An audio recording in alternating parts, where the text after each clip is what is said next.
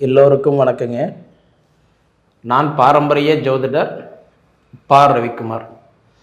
இப்போ நாம் பார்த்துக்கிட்டு இருக்கக்கூடிய ஒரு தலைப்பு பார்த்திங்கன்னா, பங்குனி மாதத்துக்கு உண்டான மாத பலன்களை பற்றி தான் இந்த காணொலியில் பார்த்துட்ருக்குறோம். அதாவது இந்த விசுவாவசு வருடத்துடைய கடைசி மாதம்னு சொல்லக்கூடிய பங்குனி மாத பலன்கள். அப்போ நிகழும் மங்களகரமான விசுவாவசு வருடம் பங்குனி மாதம் 1ஆம் தேதி, அதாவதுன்றது பார்க்கும்போது ஞாயிற்றுக்கிழமை. ஆங்கிலத்துக்கு சொல்லணும் அப்படின்னா 15ஆம் தேதி மார்ச் மாதம்தான் இந்த பங்குனி மாதம் 1ஆம் தேதி பிறக்கப்படுது. அதுவும் பார்த்திங்க அப்படின்னா திருவோண நட்சத்திரம் 1ஆம் பாதத்தில், மகர ராசியில், மீன லக்னத்தில், அது போக பார்த்தீங்கன்னா சந்திரனுடைய திசையில் 281 டிகிரியில் தான் இந்த மாதம் பிறக்கப்படுதுங்க. பொதுவாகவே பார்த்திங்கன்னா இந்த விசுவாவசு வருடத்துடைய கடைசி மாதம் அப்படின்றது இந்த மாதத்தோட வருஷமும் முடியுது, மாதமும் முடியுது. அப்போ இந்த மாதிரி தருணத்தில், அதாவது மேசராசி முதல் மீனராசி வரை பிறந்தவங்களுக்கு இந்த பங்குனி மாதம் என்னென்ன மாற்றங்களை கொடுக்க போகிறாரு அதை பற்றி தான் கொஞ்சம் ஆதாரப்பூர்வமாக இந்த காணொலியில் பார்த்துட்ருக்குறோம். மகர ராசி நேயர்களே, மகர ராசியில் பிறந்த உங்களுக்கு பொதுவாக ஏதோ பிறந்தோம் ஏதோ வாழ்ந்தோம் அப்படின்னு இல்லாமல் உழைப்புக்கு தகுந்த உயர்வு வேணும், வயசுக்கு தகுந்த வளர்ச்சி வேணும் அப்படின்னு சொல்லி போராடக்கூடிய ராசி யாருதுன்னா இந்த சனியுடைய ராசி தான், மகர ராசி. ஏன்னா உங்கள் ராசி அதிபதியே சனி பகவான் தான். தொழிலுக்காரகன், தொழிலுக்கே அதிபதி, கர்ம வினைகளுக்கு ஏற்ற பலன்களை கொடுப்பவர் யாருன்னா சனிதான். அதாவது லஞ்சம் வாங்காத ஒரு கிரகம் யாருன்னா சனிதான், நீதிமான்னு சொல்லுவாங்க. அப்படியாப்பட்ட சனிதான் உங்களுடைய ராசியாதிபதி. அப்படி இருக்கும்போது எப்பயுமே மற்றவங்க கிட்ட கை கட்டி நிற்கக்கூடாது, கை கட்டி பதில் சொல்லக்கூடாது, நாம் பட்ட கஷ்டம் நம்ம பிள்ளைங்க படக்கூடாது அப்படின்றதுக்காக ஒவ்வொரு மாத பயிற்சி ஆகட்டும், ஒவ்வொரு வருட பயிற்சி ஆகட்டும், ஒவ்வொரு கிரக பயிற்சி ஆகட்டும், நம்ம நேரம் இதுக்கு மேலாவது நல்லா இருக்குமா அப்படின்னு நீங்கள் எதிர்பார்க்கக்கூடிய ராசி கண்டிப்பாக இந்த மகர ராசி தான். மகர ராசிக்கு எனக்கு தெரிஞ்சு இது வரைக்கும் எவ்வளவோ கஷ்டப்பட்டுட்டீங்க. அதெல்லாம் சொல்லணும்னா இன்னைக்கு ஒரு நாள் பத்தாது, அவ்வளோ கஷ்டம்.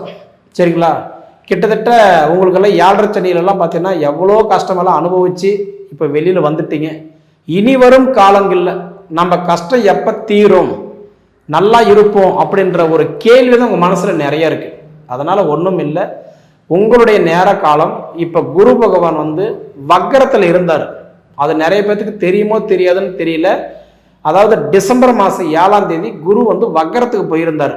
அதனால் டிசம்பர் 7ஆம் தேதியிலிருந்து மார்ச் 11 வரைக்கும் ஒரு 94 நாள் உங்களால் எந்த ஒரு வேலையும் செய்ய முடியாமல் கொஞ்சம் கிட்டத்தட்ட ஒரு கிணத்துல போட்ட கல் மாதிரி முடங்கி போய் உட்காந்துருந்தீங்க.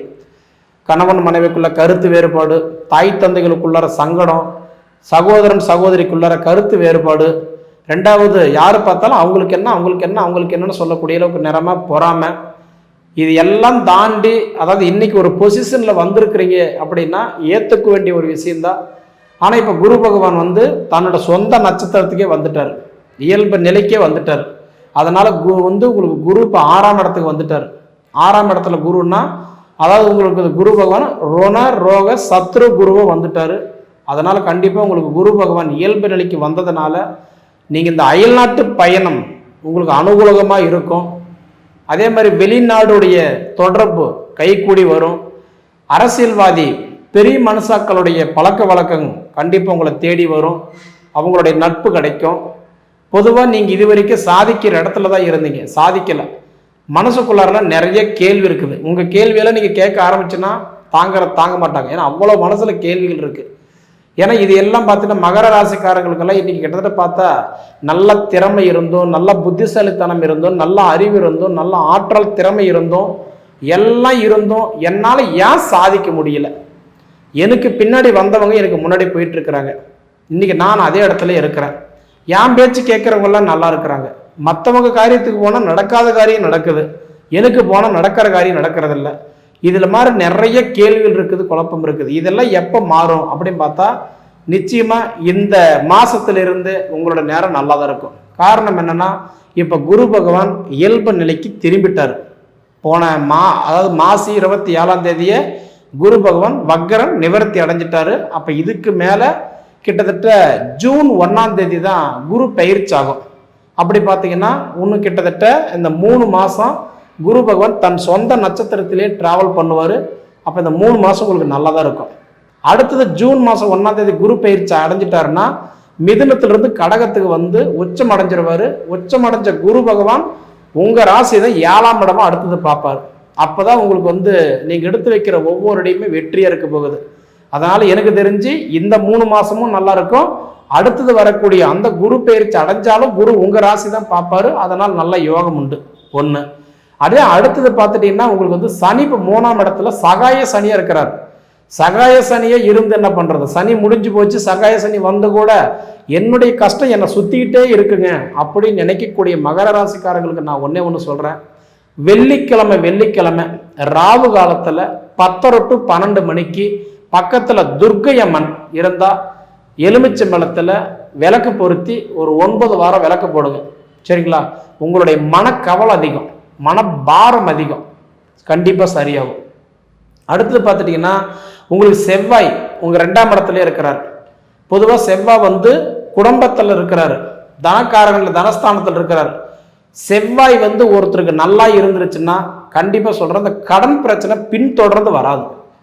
பொதுவாகவே பாருங்க, ஒருத்தர் வந்து கடன் பிரச்சனை கழுத்து பிடிக்கிற மாதிரி இருக்குதுன்னா அவங்களுக்கு முதல்ல செவ்வாய் தான் கெட்டு போயிருப்பார். செவ்வாய் கெட்டு போச்சுன்னா கடன் பிரச்சனை அதிகமாகும். 1 லட்சம் கட்டுறதுக்கு 2 லட்சம் வாங்குவோம், 2 லட்சம் வாங்குறதுக்கு 3 லட்சம் வாங்குவோம், 3 லட்சம் கட்டுறதுக்கு 4 லட்சம் வாங்குவோம். இப்படி வந்து எலி தூக்கி பூனை மேலே போடுறது, பூனை தூக்கி எலி மேலே போடுறது, இதே மாதிரி நம்ம ரொட்டேஷனில் போல போடிட்டு இருக்கோம். அந்த கவலைகள் இனி வரும் காலங்களில் உங்களுக்கு இருக்காது. அப்போ உங்களுக்கு செவ்வாய் வந்து கிட்டத்தட்ட 19 தேதி வரைக்கும் 2ஆம் இடத்துல இருப்பார். 19ஆம் தேதிக்கு மேலே 2ஆம் இடத்துல இருந்து 3ஆம் இடத்துக்கு தைரியஸ்தானத்துக்கு போயிடுவார்.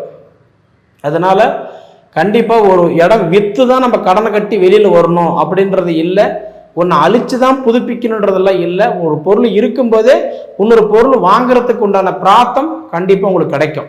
ஆனால் நாம் தெரிஞ்சுக்க வேண்டியது ஒன்று, நம்ம சுய ஜாதகம் முதல்ல இது கரெக்டா, அந்த சுய ஜாதகத்தில் நம்மளுடைய பலன்கள் கரெக்டாக இருக்கா, அந்த நடைமுறை கண்டிப்பாக நமக்கு வந்து எப்பப்போ என்னென்ன செய்ய தெரிஞ்சு அந்தந்த டைமில் நம்ம கரெக்டாக போனோம்னா, ஒரு பாதையில் ட்ராவல் பண்ணுறோம், வளைவே சுழிவு நிலையாக இருக்கும், வளைவில் பொறுமையாக போகணும், அதே நேர்கோட்டில் இருக்கும்போது கொஞ்சம் வேகம் போகலாம். அந்த மாதிரி நெளிவு சுழிவு தெரிஞ்சு ட்ராவல் பண்ணனா நிச்சயமாக நம்ம வாழ்க்கை நல்லாயிருக்கும்.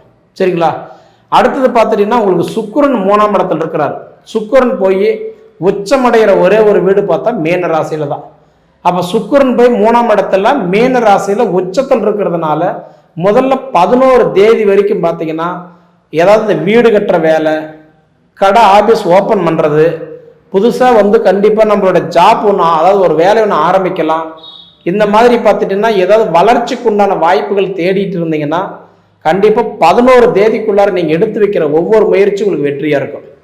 ஏன்னா சுக்கிரன் வந்து பார்த்தீங்கன்னா முதல்ல வந்து 11 நாளைக்கு மீன ராசியில் உச்சத்தில் இருப்பார். மிக மிக அதிர்ஷ்டம். 11ஆம் தேதிக்கு மேலே பார்த்துட்டிங்க அப்படின்னா மீனத்தில் இருக்கக்கூடிய சுக்கிரன் மேசத்துக்கு வந்துடுவார். அப்போ 3ஆம் இடத்துலேருந்து 4ஆம் இடத்துக்கு வந்துடுவார்.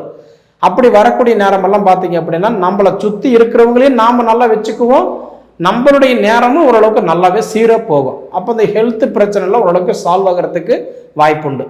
எனக்கு தெரிஞ்சு இந்த அரசியல் இருக்கிறவங்களுக்கு, அரசியல்வாதி, ரெண்டாவது இந்த மாதிரி பார்க்கும்போது கரெக்டாக கவர்மெண்ட் வேலையில் இருக்கிறவங்களுக்கு, அதாவது மேல் பதவியில் இருக்கிறவங்களுக்கு, இதெல்லாம் பார்த்தீங்கன்னா அதாவது வந்து இந்த மகர ராசிக்காரங்களுக்கு இது இன்னி வரும் காலங்கள் உங்களுக்கெல்லாம் வெற்றியாக தான் இருக்க போகுதுன்னு நான் சொல்லுவேன். சரிங்களா? அதே மாதிரி புதன் வந்து உங்களுக்கு 2ஆம் இடத்துல இருக்கிறாரு. அவர் வந்து இப்போ வக்கரத்தில் இருக்கிறாரு. முதல் 7 நாள் பார்த்தீங்க அப்படின்னா உங்கள் மூளை வேலை செய்யாது, குழப்பத்திலேயே இருப்பீங்க. அப்போ முதல் இந்த 7 நாள், ஒரு வாரன்றது கும்பராசியில் புதன் பகவான் வக்கரத்தில் இருக்கிறதுனால நம்ம மைண்டு வேலை செய்யலை, குழப்பமாக இருக்கும், நடக்குமா நடக்காதா, வருமா வராதா, சேருமா சேராதா, அது திருமண வாழ்க்கையும் சரி, இல்லை தொழிலும் சரி, இல்லை குடும்பத்திலையும் சரி, எல்லாமே நமக்கு கொஞ்சம் தாமதப்படுத்திக்கிட்டு தான் இருப்பான். அதனால் ஒன்றும் இல்லை, முடிஞ்ச வரைக்கும் நீங்கள் என்ன பண்ணுறீங்கன்னா ஒரு 7 நாள் கொஞ்சம் பொறுமையாக இருந்துருங்க. அந்த 7 நாள் கழித்து பார்த்தீங்கன்னா அதே கும்பராசியிலேயே புதன் பகவான் வக்கர நிவர்த்தி அடைஞ்சிருவார், இயல்பு நிலைக்கு வந்துடுவார். அப்போ 27ஆம் தேதி வரைக்கும் அவர் இயல்பு நிலையில் தான் இருப்பார். 27ஆம் தேதிக்கு மேலே பார்த்தீங்க அப்படின்னா அந்த 3 நாள் இருக்குது பார்த்தீங்களா, மீன ராசியில் போய் அவர் நீச்சம் அடைஞ்சிருவார். அப்போ மனசுக்குள்ளார நிறைய போராட்டங்கள் இருக்கும், சரிங்களா? ஆனால் அதிலிருந்து வெளியில் வரத்துக்கெல்லாம் நிறைய உங்களுக்கு ஆப்ஷன் கொடுப்பாரு. அதை கண்டிப்பாக நீங்கள் சமாளித்து வந்துடுவீங்க. அடுத்ததை பார்த்தீங்கன்னா உங்களுக்கு சூரியன் தைரியஸ்தானத்தில் இருக்கிறார், 3ஆம் இடத்துல சூரியன் இருக்கிறார்.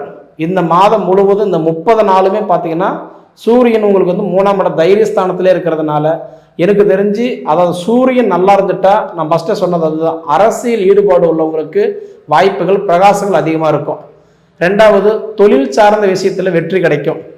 தூர பிரயாணம் கண்டிப்பாக நல்ல அனுகூலமாக இருக்க போகுது. 2வது குலதெய்வத்தினுடைய வழிபாடு எடுத்துக்கிறவங்களுக்கு நல்ல மாற்றங்கள் கொடுக்க போகுது. கருத்து வேறுபாடு உள்ளவங்களுக்கு அந்த கஷ்டங்கள் எல்லாம் கண்டிப்பாக குறையும். அதனால் எப்படி பார்த்தாலும் இந்த நிலைமையெல்லாம் மாறும். ஒன்றே ஒன்று தான், இதுக்கு மேலே நீங்கள் வாழ்கிற இடத்துக்கு வந்துட்டீங்க, வாழ போகிறீங்க, அனுபவித்து பார்த்து சொல்லுங்கள். நன்றி.